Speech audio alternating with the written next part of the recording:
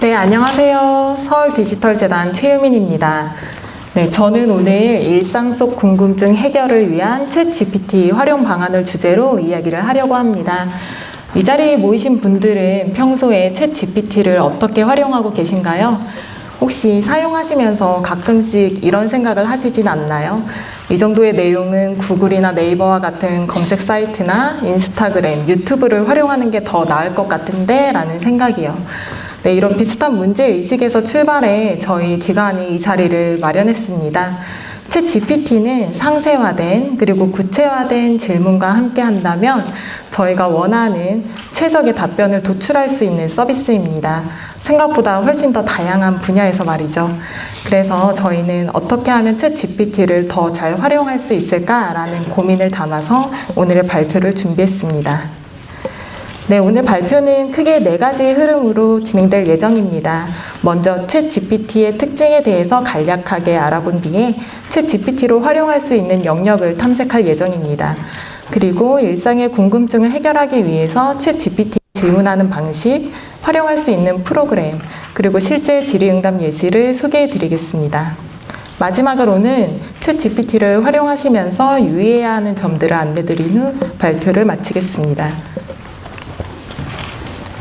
네, 챗GPT는 오픈AI에서 개발한 자연어 생성 모델을 적용해서 제공되는 서비스입니다. 네, 1750억 개의 매개 변수를 기반으로 인간 피드백을 통해서 강화학습하여 자연스러운 문장을 도출해낼 수 있어서 크게 화제가 되었었죠. 방금 말씀드린 것처럼 챗GPT는 초거대의 특성을 토대로 퓨전 러닝과 문장 생성이 가능하다는 특징을 갖고 있습니다. 2020년도 기준으로 마이크로소프트 AI 모델 같은 경우에는 약 170억 개의 파라미터가 사용되었었는데요. 이와 비교했을 때 챗GPT는 한 10배 이상이 많은 초거대인 그 특성을 확인할 수 있죠. 네, 이처럼 대량의 파라미터를 적용하는 AI 모델을 대규모 언어 모델 또는 초거대 AI라고 합니다. 네. 챗GPT 서비스는 이렇게 챗봇 형태로 제공되고 있습니다. 이용자가 대화창에 지시어를 입력하면 답변을 제공하는 방식이죠. 기존의 챗봇과 다른 점은 대규모 언어 모델을 기반으로 하기 때문에 간략한 지시어만 입력해도 정리된 결과물을 받아볼 수 있다는 것인데요. 이것을 이제 두 번째 특징으로 기재를 해놓은 퓨전 러닝이라고 보시면 됩니다. 네. 저희 말로 하자면 하나만 가르쳐도 열을 아는 그런 방식이라고 보시면 됩니다. 마지막으로 챗GPT는 생성이 가능합니다. 기존 AI 모델은 사진이나 사물들을 식별하는 그 기능에 초점을 맞추었다고 한다면 챗GPT는 우리가 사용하는 언어를 사용해서 단어를 예측하고 연결하고 문장을 만들어내는 기능을 수행합니다. 여기에는 트랜스포머 모델이 적용되었기 때문인데요. 트랜스포머는 데이터의 입력 정보와 출력 정보를 동시에 처리하는 방식입니다. 따라서 특정 질문에 대한 답변을 제공할 때 단어와 단어 사이에 예측이 가능하고요. 그 연결을 통해서 즉각 상세한 답변을 가능하도록 합니다. 네, 이제 저희가 챗GPT의 특징에 대해 확인을 했으니 이제는 활용해 볼 차례입니다. 아마 챗GPT 접속을 해보신 분들도 많이 계실 텐데 접속 방법은 간단합니다. 홈페이지에 들어가셔서 이메일 인증과 핸드폰 문자 인증을 하시고요. 로그인한 뒤에 질문창을 확인해 볼 수 있습니다. 그렇다면 챗GPT를 접속하는 루트는 홈페이지에만 있느냐? 그건 아닙니다. 보시는 바와 같이 빙 AI와 혹은 모바일을 통해서 아슈거를 통해서도 할 수가 있는데요. 마이크로소프트의 인공지능 활용 검색 엔진인 빙 AI 같은 경우에는 챗GPT와의 큰 특징으로는 실제 출처와 인용 링크가 연동된다는 점입니다. 챗GPT의 기본 홈페이지에서는 이제 질문에 대한 상세한 답변이 제시된다는 강점이 있는 반면 빙에서는 질문과 관련해서 비교적 정확한 답변이 제시되고요. 답변의 근거인 출처와 링크가 연동된다는 특징을 보입니다. 네, 세 번째로 제가 제시를 하고 있는 아슈거 같은 경우에는 모바일에서 편리하게 활용하실 수 있습니다. 업스테이지가 이제 챗GPT를 활용해서 만든 카카오톡 채팅 서비스인데요. 특히 광학 문자 판독 OCR 기술을 결합하고 있어서 사진을 업로드하고 답변 받을 수 있다는 특징이 있습니다. 네, 그렇다면 이제 챗GPT의 활용 영역을 짚어보겠습니다. 활용 영역은 크게 4가지로 구분됩니다. 업무, 일상, 창작, 그리고 교육입니다. 업무 활용 분야에서는 보고서 자료조사, 사업기획 아이디어, 보도자료와 같은 문서 작성 및 교정, 엑셀 함수 생성, 프로그래밍이 가능합니다. 다만 현재 챗GPT에 적용되는 데이터가 2021년 10월까지의 한정된 기간임을 고려했을 때 일반적인 자료 조사를 진행하거나 사업기획 아이디어 등 답변은 추가 확인이 필요합니다. 다음은 일상생활 분야입니다. 저희 기관에서는 크게 8가지로 일상생활을 구분했습니다. 법률, 건강, 심리, 진로, 청소, 요리, 육아, 정비로 구분이 됩니다. 특히 일상 분야 같은 경우에는 한정된 자원, 예컨대 냉장고에 남아있는 재료 혹은 아이와 놀아줄 수 있는 물건들 한정된 자료를 가지고 질문을 했을 때 맞춤형 답변을 받는 방식으로 활용하는 것이 효과적입니다. 마지막은 창작활동 및 교육 분야입니다. 창작활동으로는 글쓰기와 음악, 그림, 이미지 생성 작업이 대표적입니다. 챗GPT의 특징 중 하나로 말씀드렸던 것처럼 생성형처럼 단어를 예측하고 연결해서 새로운 형태의 글쓰기가 가능합니다. 그래서 기존 소설의 정체성에 새로운 컨셉을 융합한 시를 창작하거나 아니면 특정 키워드를 입력해서 대본을 추가 요청하는 방식이 가능합니다. 음악 같은 경우에는 노래 가사를 만들거나 음악 코드를 생성하는 것으로 활용할 수 있습니다. 멜로디에 개 이름을 붙이거나 피아노 외에 기타, 타브 악보를 요청할 수도 있고요. 그런데 이런 창작 활동을 할 때에는 한 가지 주의를 하셔야 하는 것은 인공지능의 활용 사례로 제시가 가능하나 이것이 저희 사람들의 창작 영역과 가치를 대체할 수 없다는 점입니다. 마지막으로 교육 영역은 자녀에게 어떻게 교육을 지도해야 하는지 혹은 주요 교과목의 내용에 대한 팝업 퀴즈를 요청하는 것 같이 보조적 수단으로 활용할 수가 있습니다. 자, 이제 각 활용 영역의 특징을 기억하며 일상생활에서의 궁금증을 해결하는 방안을 확인해 보겠습니다. 챗GPT를 활용할 때에는 좋은 질문이 중요한 역할을 합니다. 최근 발간된 챗GPT에게 묻는 인류의 미래라는 책에서도 앞으로는 질문하는 것 자체가 중요한 기술이 될 것이라고 질문의 중요성을 지적하기도 했습니다. 그렇다면 좋은 질문이란 무엇일까요? 저희는 상세화 그리고 구체화가 드러나는 질문이 챗GPT의 활용성을 높이는 질문 기술이라고 생각합니다. 먼저 상세한 조건을 담은 질문을 구성해야 합니다. 나이나 상황, 필요사항 같은 상세 조건들을 기재하는 것이 좋습니다. 화면에 보시는 질문사항처럼 60대이신 어머니가 관절이 아픈데 통증을 완화할 수 있는 이라는 질문처럼 나이나 상황, 요구 조건을 상세히 기재하는 것이죠. 다음으로는 질문에 받은 답변을 구체화해서 추가 내용을 질문하는 것입니다. 특정 목록을 답변으로 받았다면 각 항목 간의 차별성이나 특장점 등 특징을 추가로 문의할 수 있습니다. 마지막으로는 답변 검증을 위한 출처, 추가 자료를 요청하는 것입니다. 관련된 연구자료, 언론기사 등을 요청하고 실제 챗GPT 답변 속에 있는 링크를 확인하고 검증하는 과정까지 거치면 신뢰성 있고 활용 가능한 답변을 얻게 됩니다. 저희가 마치 평소에 글을 검색할 때 광고성 글을 좀 피하고자 내돈내산이라는 키워드를 넣는 것처럼요. 챗GPT도 이렇게 진실성 있는 답변을 도출하기 위한 추가 과정이 필요하다라고 보시면 됩니다. 네, 그리고 챗GPT는 상세화된 그리고 구체화된 질문뿐만 아니라 특정 명령어를 사용하거나 다른 프로그램과 연동해서 효과적으로 사용하실 수 있습니다. 대표적인 명령어로는 액트에즈 명령어가 있습니다. 이 명령어는 GitHub 커뮤니티를 통해서 사람들이 공유하고 검증하고 확대한 설정 방식입니다. 원리는 액트에즈 직업을 프롬프트에 제시함으로써 챗GPT가 마치 그 특정 분야의 전문가처럼 행동하도록 하는 것입니다. 이 명령어를 통해서 챗GPT의 답변 범위를 좀 특정 분야에 한정할 수 있고요. 좀 더 구체적인 자세한 답변을 도출할 수 있습니다. 예시에 나와 있는 것처럼 저는 당신이 여행 가이드 역할을 해주길 바랍니다 라고 해서 어떤 역할을 하는지 특정 직업을 기재하실 수 있습니다. 네, 다음으로는 이미지 생성과 같은 창작 활동을 위해서 챗 GPT와 연동되는 프로그램을 활용하는 것입니다. 스테이블 디퓨전이나 미드저니와 같은 이미지 생성 프로그램을 활용하실 수 있습니다.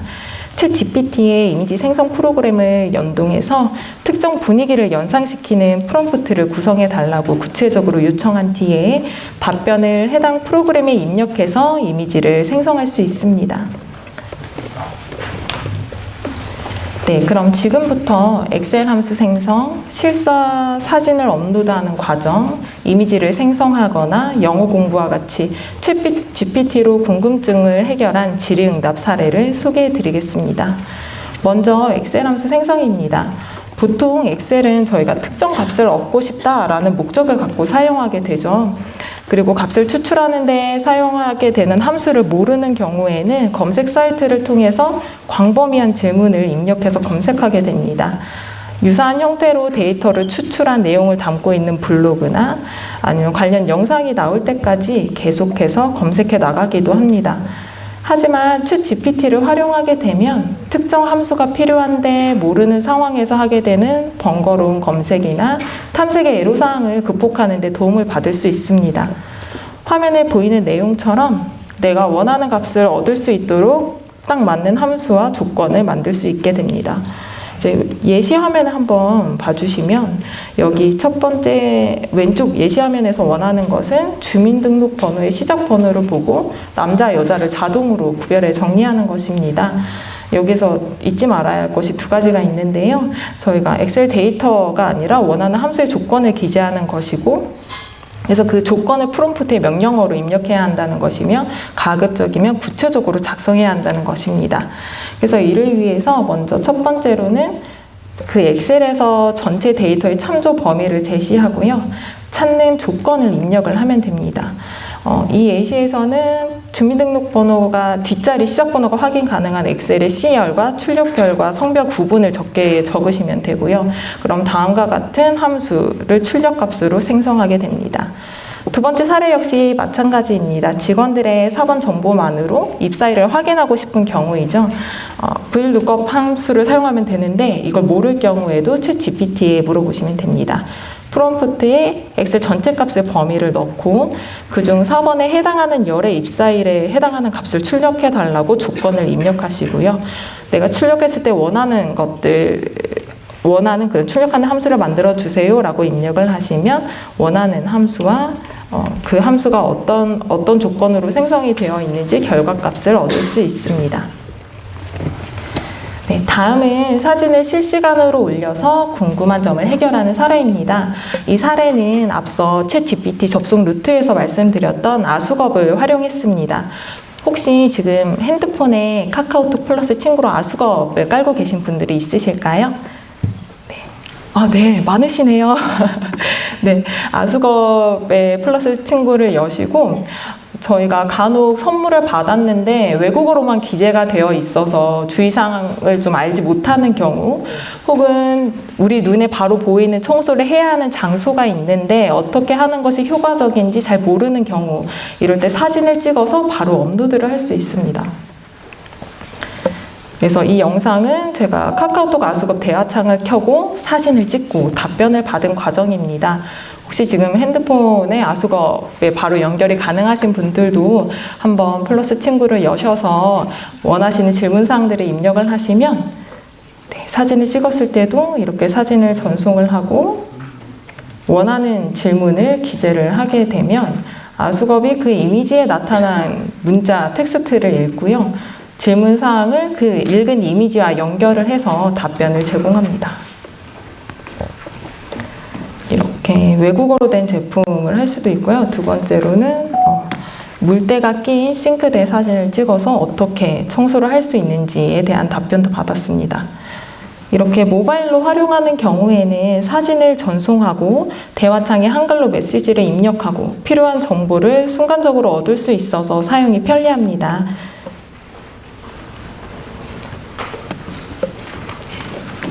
네, 다음은 이미지 생성입니다. 그림 이미지는 미드전이나 스테이블 디퓨전과 같은 이미지 생성 프로그램과 연계해 활용할 수 있습니다. 단지 문자를 입력하는 것만으로도 이미지를 생성할 수 있다는 점에서 큰 호응을 받았던 기능들입니다. 명령어에는 로봇과 사랑에 빠진 곰이라고 단순한 명령어를 기재했습니다. 전달받은 사진을 보시면 사랑에 빠진 것을 포옹이나 함께하는 것으로 해석해서 그림을 그린 것을 알 수 있는데요. 그림 중에는 로봇의 느낌이 아닌 듯한 이미지도 있고 로봇과 테디베어가 합쳐진 듯한 그림도 보이지만 단순한 명령어에 충실히 이미지를 생성했음을 알 수 있습니다. 이렇게 재단에서 발간한 보고서의 사례에서는 이미지 생성 프로그램에 직접 명령어를 작성해서 결과물을 받았습니다만 사실 프로그램 프롬프트 명령어 자체를 챗 GPT에 만든 뒤 이런 생성 프로그램에 넣는 경우 더 정확한 이미지를 얻을 수 있습니다. 예를 들어서 보시는 화면처럼 챗 GPT에 스테이블 디퓨전에 넣을 수 있는 프롬프트를 만들어줘. 따뜻하고 온화한 분위기의 로봇과 곰인형이 등장하는 그림이었으면 좋겠어 라고 입력하면 구체적인 내용이 기재된 답변을 확인할 수 있습니다. 답변의 방식을 통해서 이미지 생성 프로그램의 프롬프트 조건이 어느 정도로 구체적이어야 하는지 확인할 수 있는 작업이 되고요. 답변 내용을 조금 더 본인의 선호도에 맞게 수정해서 이미지 생성 프로그램에 프롬프트를 입력할 수도 있습니다. 자, 한글로 답변받은 내용을 이미지 생성 프로그램 프롬프트로 옮길 때에는 해당 내용을 영어로 번역해달라고 챗 GPT에 요청을 해서 번역글로 받으시면 되고요. 그 후에 답변을 받은 내용들이 보시면 굉장히 깁니다. 조건을 4가지로 해서 답변을 받았는데요. 이 중에서 바로 적용해서 산출이 가능한 조건들 몇 가지를 선정을 해서 필요한 내용을 입력하시면 좋습니다. 저도 이 중에서 2번째 조건에 적용해서 산출을 하려고 했고요. 조금 더 그림을 그린 듯한 느낌을 주기 위해서 색연필로 그려주길 요청했습니다. 그랬더니 이런 그림 8가지를 도출할 수 있었습니다. 앞에 명령어를 통해서 받았던 그림과 좀 더 구체적인 작성자가 요청한 내용들을 반영한 그림의 차이를 아실 수 있죠. 다음은 영어 공부 보조로 활용하는 것입니다. 영어 공부 보조의 경우에는 문서를 교정하거나 특정 단어를 활용할 수 있는 문장을 요청해서 학습하거나 영작 연습을 하는 그런 사례로 활용을 하실 수가 있습니다. 먼저 보고서를 작성하다 보면 국문보고서 앞에도 영문 초록을 필수로 제출하게 되는 경우가 있는데요. 그럴 때 작성한 문서를 검수하는 기능으로 활용할 수 있습니다. 간단한 초록이나 단순한 문장들을 교정하는 데 활용하면 도움이 될 것입니다. 또는 영어 공부의 보조 역할로 특정 단어를 외울 때 그 단어가 주로 사용되는 문장을 함께 확인함으로써 현장감을 높이며 암기할 수 있습니다. 이때엔 앞서 질문하는 단계에서 말씀드렸던 것처럼 구체적이고 상세한 조건을 담는 것이 좋습니다. 오른쪽 사례의 프롬프트 명령어를 보시면 이를 준수해서 명령어를 작성해 놓았습니다. improve라는 단어를 사용해서 미국에서 30대가 사용하는 문장을 10가지로 만들어 달라고 요청하였죠. 4가지 조건을 넣었을 때 이 명령어에 따라서 챗 GPT가 제시한 문장들을 보면 실제로 30대의 주된 관심사를 중심으로 문장 10개를 구성했음을 알 수 있습니다. 개인 자산이나 회사에서의 성과 업적, 심리 관리 등 주제로 improve 동사를 적절하게 배치한 문장들로 구성되어 있습니다. 그 외에 영어 작문에도 도움을 받을 수 있습니다. 개인적으로 영어 단어 학습과 함께 활용도가 좀 높은 영역이라고 생각되는데요. 주제를 선정하고 문장을 교정하고 다른 표현으로 학습하는 3단계의 작문 훈련을 진행할 수 있습니다. 먼저 쓰기 연습을 위한 주제 선정입니다. 단순히 쓰기 연습을 위한 주제를 알려줘 라고 질문창에 입력해도 좋고 특정 분야의 쓰기 연습을 위한 주제를 알려주라고 작성해도 글쓰기에 적합한 주제를 확인하실 수 있습니다. 이제 챗 GPT가 제시한 주제들 중에서 한 가지를 선택해서 직접 영작을 한 뒤에 교정을 맡기면 됩니다. 내가 작성한 문장을 입력하고 나서 문장들이 올바르게 작성되었는지, 문법적으로 오류는 없는지 질문창에 입력하시면 됩니다. 이후에 챗 GPT가 문법 오류나 철자 오기 등을 바르게 교정한 결과를 받을 수 있습니다. 마지막으로는 작성한 문장을 다른 표현으로 바꿔달라고 요청하여 패러프라이징 연습을 하는 것입니다. 보통 영작할 때 익숙한 단어나 익숙한 문법 구조를 표현하게 되던 것에서 벗어나 새로운 문장과 표현을 익히는 방법으로 활용할 수 있습니다. 지금까지 챗 GPT를 활용해서 일상의 궁금증을 해결해가는 사례들을 확인해 보았습니다. 마지막으로 활용 가치를 더 높이기 위해서 유의해야 하는 사항을 말씀드리며 발표를 마치겠습니다. 먼저 검증 과정과 출처 표기가 중요합니다. 검증 과정은 관련 분야 전문가의 검토, 새로운 문제나 데이터 분석에 대한 검증과 판단이 중요하다는 점에서 필요한 절차입니다. 데이터가 21년도 10월에 한정되어 있으며 생성하는 특징에 따라서 진실과 거짓이 구별되지 않는 경우들이 있다는 점에서 추가 검증이 필요합니다.